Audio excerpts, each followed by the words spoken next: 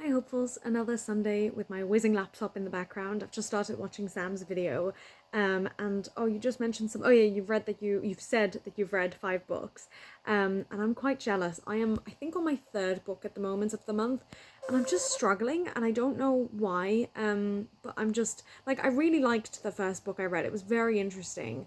And I think I probably rated it 4 or 4.25. And the second book I think was good too, although I've actually now forgotten what the second book was that I read this month.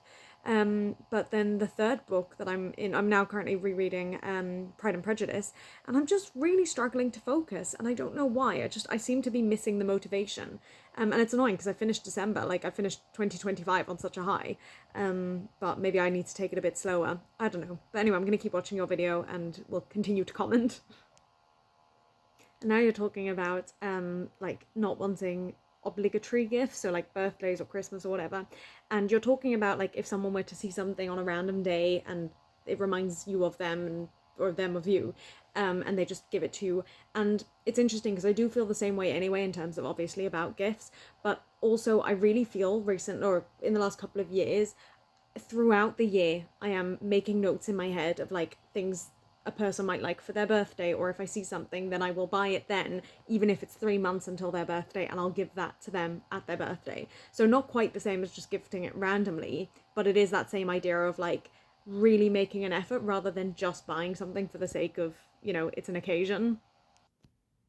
Okay, I'm about to start watching Katie Rebecca's video, but just before I do, it's so comforting to me that both of you do feel so similarly about this, because I feel like it was such a big deal. Like I was getting so stressed and overwhelmed from gift receiving, and also gift giving, but especially like receiving gifts. And it seems like such a silly thing, and it makes me feel so bad because people put time and effort and they like giving gifts and they're thinking of you and all that. And I had this whole thing like when I was on the ship and I told my mum, and like it's so comforting to know that I'm not the only one who feels this way. We just like as a society, people do find it hard to admit that like actually, whilst the intentions are lovely, gift giving is not always the best. I don't know, like the best thing to do, I guess. And it's a weird thing because it's this like social norm almost and like an obligation, as you say, Sam. But it's nice to know that I'm not the only one who feels like maybe it's not necessary. Anyway, I'm gonna watch Katie Rebecca's video now.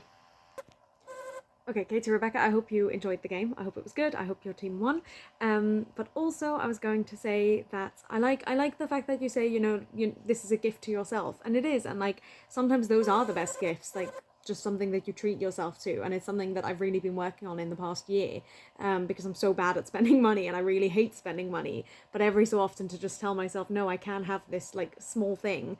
And like theatre is a big one for me, and I see a lot of theatre, and that's like the one place where I'm willing to spend money, and those are gifts for myself, and I think we should gift things to ourselves. Obviously don't go overboard, but it's nice to have something.